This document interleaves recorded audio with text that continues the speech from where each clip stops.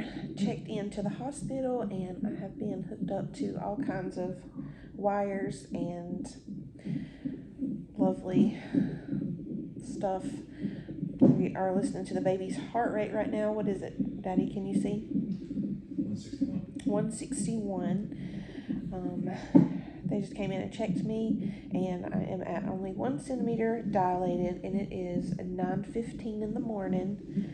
And so, with that being said, I had to have a cervical ripening balloon inserted. So yeah, that was fun. I did not have to have that with Hayden. They gave me what was called Cervidil, and that ripened my cervix overnight. But this is like a balloon that they insert up in there, and that is supposed to get me to between a 4 and a 5, hopefully. And so we will see where we go from there. We're just kind of relaxing and hanging out right now, and it's kind of a gloomy day outside right now, which is, it seems to be typical for whenever I'm either at the hospital or having a baby or going home. I don't know why, but the sun just needs to come on out because that will brighten the day. Anyway, just wanted to give you guys an update. So we're just going to relax and hang out, and we'll be back later.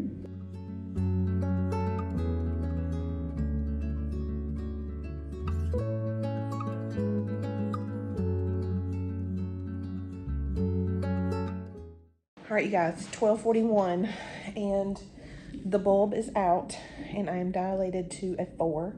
So now they're going to go ahead and start some Pitocin. I'm not looking forward to that, not at all.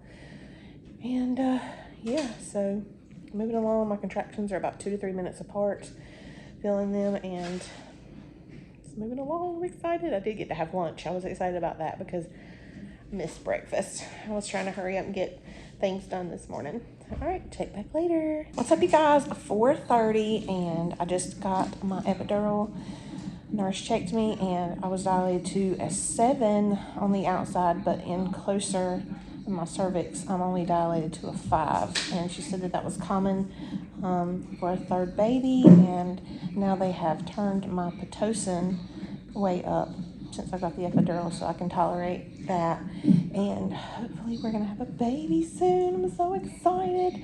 We have not broken my water yet though, and the only reason is just because of the difference in the 7 to the 5 dilation. So they're gonna wait a little bit longer and then break the water, and then hopefully the show will be on the road. So just wanted to update you guys. Feeling nice and warm in my toes right now from the epidural. All right, you guys, it is currently 5:38. They just broke my water. I'm so excited. So I'm currently dilated to a good 7-8, and it's not gonna be long. I've got the epidural shakes, the lovely shakes. So I'm sitting here waiting on my baby girl.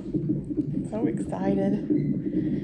I can't wait. She's still really high. That's the only thing. And she's at a -2, so she's not moved down hardly. Yeah, just went to the bathroom. All right, you guys. Not much longer.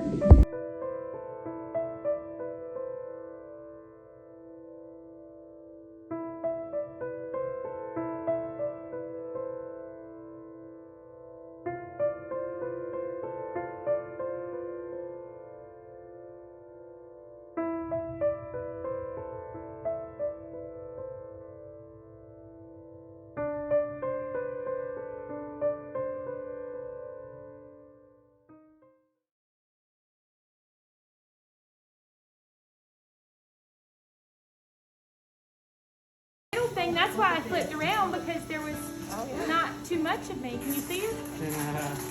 Yeah. Hi. Happy birthday. Oh, that might have just happened. Like when I put it off her, kind of got it off of her. Your sweetness could be tough. There'd be no wars.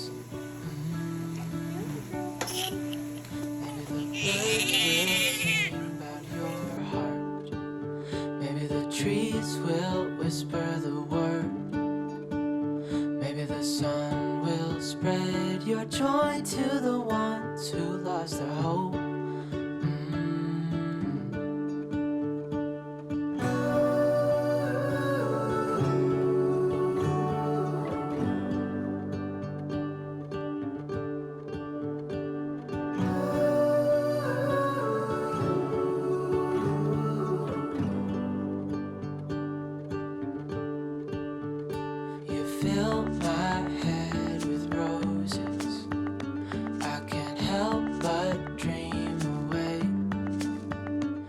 morning, you guys.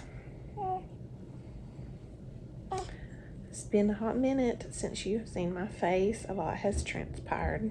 We have a healthy, sweet baby girl named Stevie Kate. She was born on May the 10th, 2021 at 9:32 p.m. and she weighed 5 pounds and 6 ounces, and she was 19¼ inches long. And we are in absolute heaven. She is beautiful. We did have a little bit of complications getting her here, which I will tell you guys all about. I just put my camera down and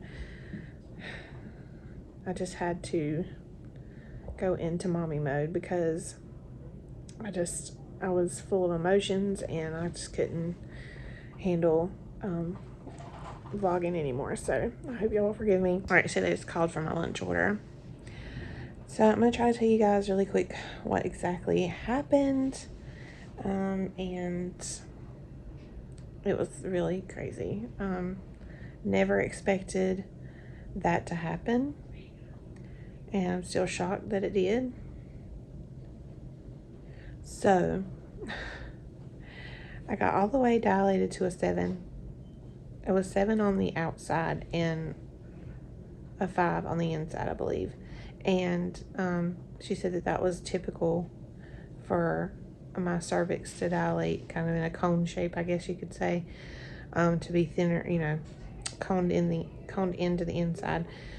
And she said that it would correct itself once I was able to get the epidural and they turned the Pitocin up and, get labor going really good. So at 7, I went ahead and got my epidural, and it was not long after that. As far as time goes, it's all a blur to me now, you guys. I was 8 before I realized it all the way through, and labor just kind of stopped. I kept, she kept coming back in, my nurse kept coming back in to check me, and labor just stopped. Like, I was 8 every time. 8. I'm like, what is going on? So she turned me over on my left side, and we put the peanut ball in between my legs to help kind of, help open up down there. We turn over and do the same thing on the right side, and then, I got the feeling in my stomach, and my stomach felt weird. It felt different than normal. My whole pregnancy, the baby's kind of been in the same spot once she got big enough for me to feel on the outside.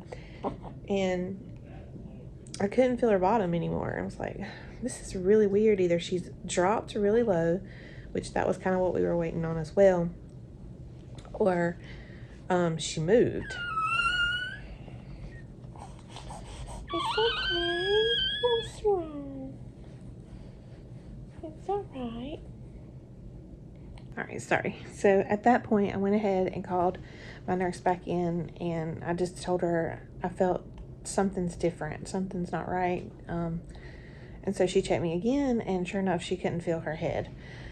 So at that point, they went and got the midwife that was overseeing me, and she brought in the ultrasound machine, and we went ahead and looked, and sure enough, she had turned transverse. So she was basically sideways in my stomach instead of head down, trying to come out. And that don't work. That's not going to work. So then they went and got the doctor that was overseeing on Monday, and she and the midwife tried to turn her while she's still in the womb, and she wouldn't turn. And that was because my water had been broken. There was no fluid in there for her to kind of spin around in. So, guess who had to have a C-section? Me. So, as soon as I knew that they could not turn her, I knew that was what was about to happen. You just know. So, I went through about a million emotions because that was not my plan. I know that a lot of people elect to have C-sections, and they would rather do it that way, and that's fine.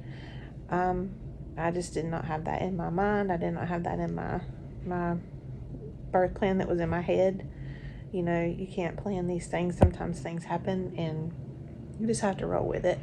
So I had to go through the emotions of things are different. Things are going to be different this time. So they amped up my pain meds and prepped us, Jeff and I, and we were wheeled back to the operating room for a cesarean probably about, I don't know, 9:15 or something. And I swear, you guys, I felt like I was watching a NASCAR pit crew at work, because they were just like, there were so many people in there and so much was going on. It kind of scared me a little bit. Just, I wasn't prepared for all of that. But the anesthesiologist kind of stayed at my head and was just kind of explaining everything that was happening, what to expect, what I would feel.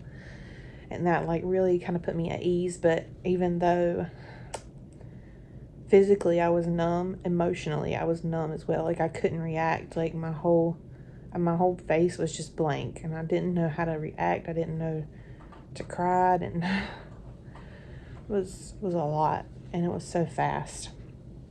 So at 9:32, our sweet girl came into the world, and everything, she was perfect. So we did have a couple of little concerns for her. They thought that maybe she had I think it's called a hemangioma on her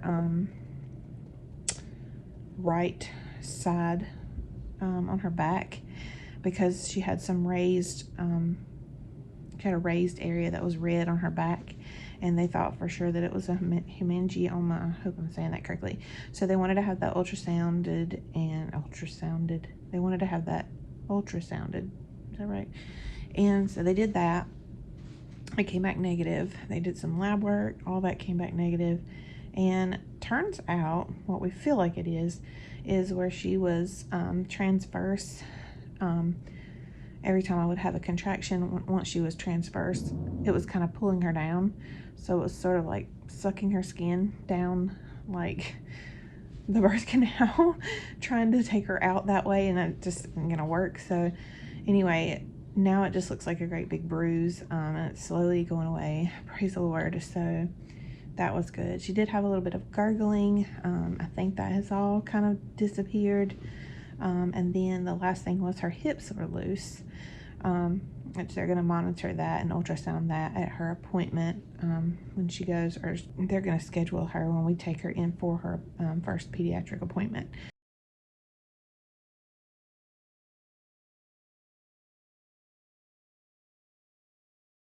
Baby girl is 2 days old now, and she's precious. She's currently going through cluster feeding. We are breastfeeding, and she kept me up all night last night. She passed all of her newborn screenings, and so now we have to pass the car seat test. Anybody ever heard of that?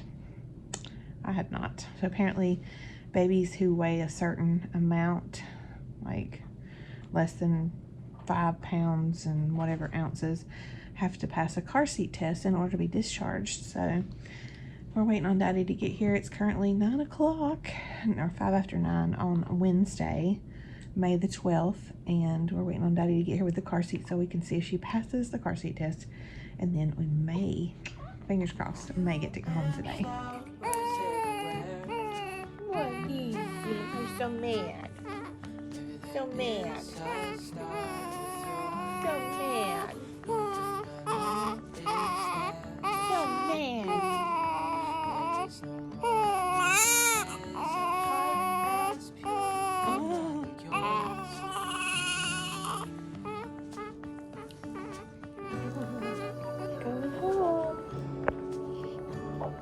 Going home, Stevie. You ready? I don't know if you'll ever be ready for what you're about to encounter.